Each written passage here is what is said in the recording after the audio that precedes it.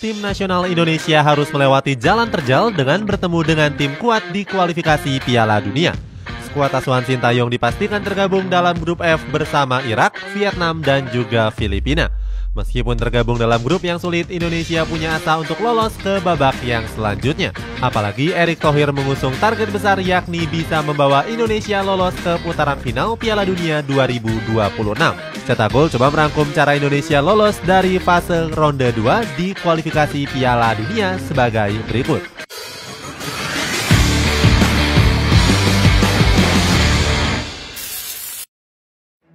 Ditakdirkan menghadapi Irak. Tim nasional Indonesia mendapatkan lawan yang cukup mudah pada laga playoff kualifikasi Piala Dunia zona Asia yakni menghadapi Brunei. Di laga pertama, skuad Garuda menang telak dengan skor 6-0. Sayangnya, kemenangan besar ini justru nggak membuat Sintayong merasa bahagia. Dirinya merasa kecewa dengan para pemainnya yang kerap membuang-buang peluang. Sintayong bilang jika timnas Indonesia bisa mengakhiri pertandingan lebih dari 6 gol. Di laga leg kedua, skuad Garuda kembali menang besar saat bertandang ke Stadion Hasanal Bolkiah. Asnawi Mangkualam dan kawan-kawan berhasil menang dengan skor akhir 6 gol tanpa balas. Dengan begitu, timnas Indonesia berhasil unggul agregat dengan skor 12-0. Setelah sukses mempercundangi Brunei secara 2 leg, timnas Indonesia nggak boleh bersantai-santai. Kita harus menyiapkan amunisi untuk menghadapi ronde kedua kualifikasi Piala Dunia. Sebab Indonesia langsung menghadapi ujian yang berat menghadapi Irak tanggal 16 November di kandang lawan. Pertandingan ini bukanlah laga yang mudah mengingat Irak menduduki peringkat 7 Asia. Gak cuma itu, negara Timur Tengah ini juga diperkuat dengan skuad yang jauh lebih tangguh. Tim berjuluk Lions of Mesopotamia ini berisikan pemain-pemain kelas Eropa seperti Amir Al-Amari, Pasang Abdullah, Alan Mohiden, Alai Gasim, dan juga Andre Al-Sanati.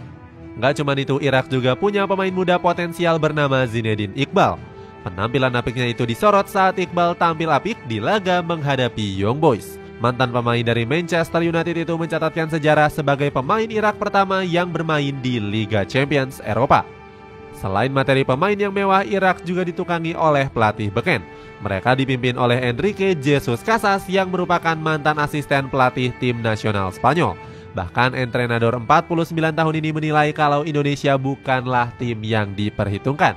Pernyataan ini sempat dilontarkan Jesus Casas setelah hasil pengundian drawing Piala Asia 2024. Indonesia memang gak pernah menang saat berjumpa dengan Irak. Skuad Garuda harus takluk sebanyak 5 dari 6 laga yang sudah dimainkan.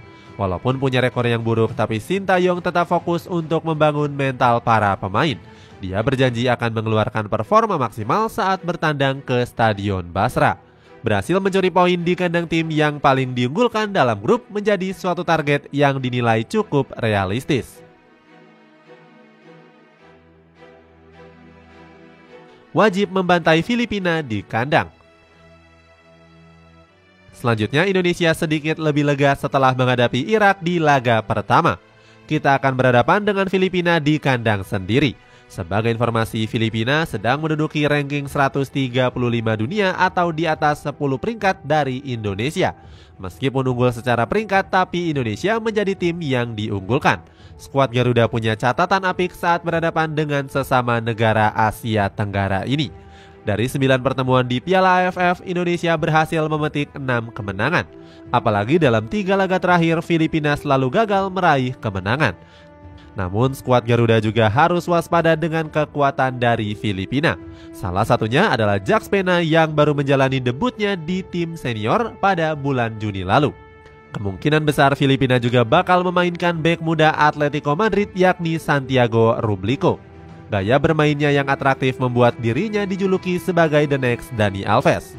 Namun Indonesia tetap mengantongi peluang menang yang besar. Pasalnya di Piala AFF kemarin Filipina bahkan gak lolos dari fase grup. Sedangkan Indonesia adalah semifinalis di Piala AFF yang lalu. Mantan pelatih tim nasional Filipina yakni Rob Gir menyebut Indonesia selalu memberikan tekanan. Laga ini akan dimainkan pada 21 November alias 5 hari setelah laga menghadapi Irak. Besar harapan kita untuk melihat Indonesia menang dengan skor telak. Partai hidup mati menghadapi Vietnam. Setelah menghadapi Filipina, Indonesia melakoni laga terakhir putaran pertama menghadapi Vietnam. Skuad Garuda sendiri sudah sering bertemu dengan musuh bebuyutannya tersebut. Kedua negara sudah pernah bertanding pada kualifikasi Piala Dunia 2022 yang lalu.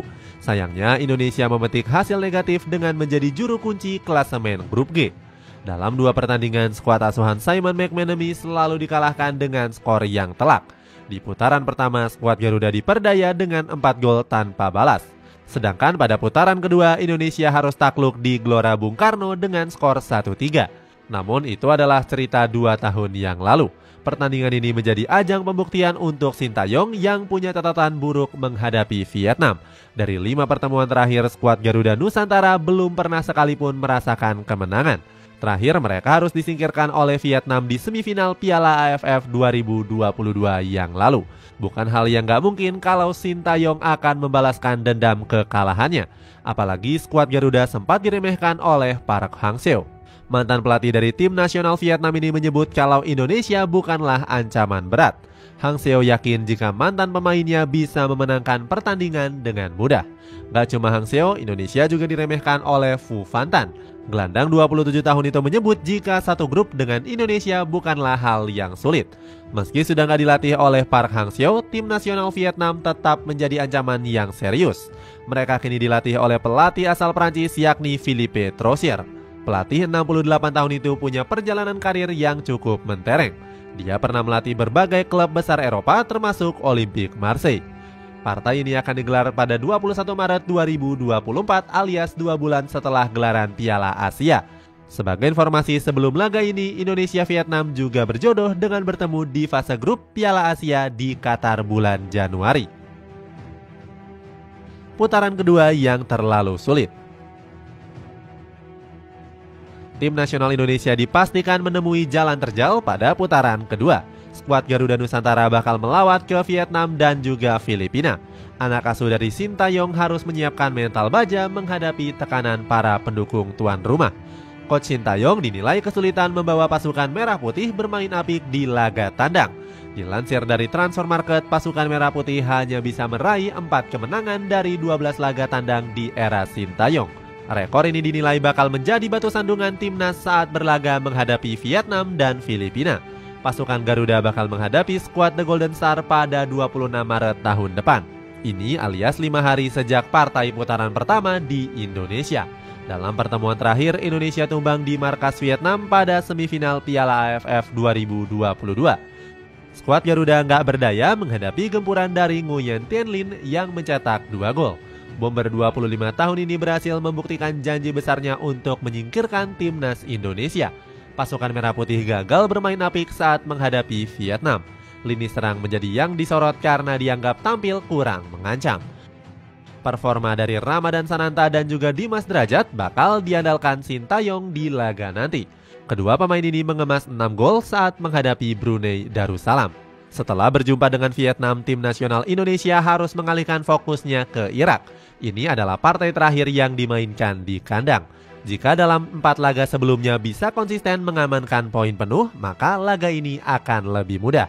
Tetapi jika hasil di laga-laga sebelumnya kurang maksimal, maka partai ini merupakan laga yang menentukan nasib. Menang di kandang sendiri menjadi hadiah yang terbaik untuk masyarakat Indonesia. Terakhir, skuad Garuda bertandang ke markas skuad The Ascals, Filipina. Sintayong sendiri mengaku sudah memikirkan laga menghadapi Filipina di putaran kedua nanti. Dirinya bertekad membawa skuad Garuda meraih hasil yang maksimal. Tim nasional Filipina juga sudah mulai kehilangan talenta emas dari proses naturalisasinya. Sementara skuad Garuda punya kedalaman skuad yang lebih unggul. Beberapa pemain naturalisasi semakin membuat pasukan merah putih disegani. Dengan komposisi skuad yang lebih mumpuni, timnas Indonesia diprediksi bakal menumbangkan Filipina. Peluang lolos yang lebih besar. Indonesia berpeluang lolos ke putaran final Piala Dunia 2026. Pasalnya, FIFA menambah kuota negara peserta menjadi 48 negara dari yang sebelumnya hanya 32 saja. FIFA ingin membuka kesempatan untuk negara yang belum pernah merasakan Piala Dunia. Beberapa negara dari benua Afrika mendukung penuh keputusan tersebut, sementara beberapa negara dari benua Eropa mengaku kurang setuju. Pasalnya, jadwal pertandingan akan semakin padat sehingga berpengaruh pada kebugaran pemain. Gianni Infantino enggan menggubris penolakan tersebut. Menurutnya, semua pihak harus melihat sisi positif dari bertambahnya jumlah peserta Piala Dunia. Tim nasional Indonesia jelas diuntungkan dengan bertambahnya jumlah kuota tersebut. Skuad Garuda harus berada di dua besar untuk menjaga asa lolos ke Piala Dunia. Bahkan jika mampu finish di dua besar grup F, Indonesia akan lolos otomatis ke Piala Asia. Jika lolos, pasukan Merah Putih akan berlaga di putaran ketiga yang dihuni oleh 18 negara. Di babak ini 18 negara akan dibagi dalam 3 grup yang berisikan 6 negara. 2 negara teratas dari masing-masing grup akan mendapatkan tiket otomatis ke Piala Dunia 2026. Sementara 6 negara dari peringkat ketiga dan keempat akan bermain di putaran berikutnya. Putaran keempat akan berisi 2 grup yang masing-masing dihuni oleh 3 negara. 2 negara peringkat teratas bakal lolos langsung ke Piala Dunia 2026. Sementara 2 runner-up grup akan kembali bertarung di putaran kelima. FIFA akan mengadakan play-off antar konfederasi di babak ini pada Oktober 2025. Erick Thohir sebagai ketua PSSI mengaku optimis dengan peluang Indonesia lolos ke Piala Dunia 2026. Dirinya mengaku bangga skuad Garuda mencapai putaran kedua kualifikasi.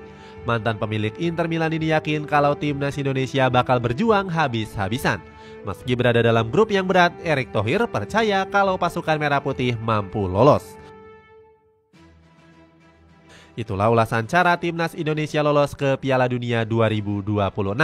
Apakah timnas Indonesia bakal melewati putaran kedua? Coba tulis pendapatmu di kolom komentar di bawah ini.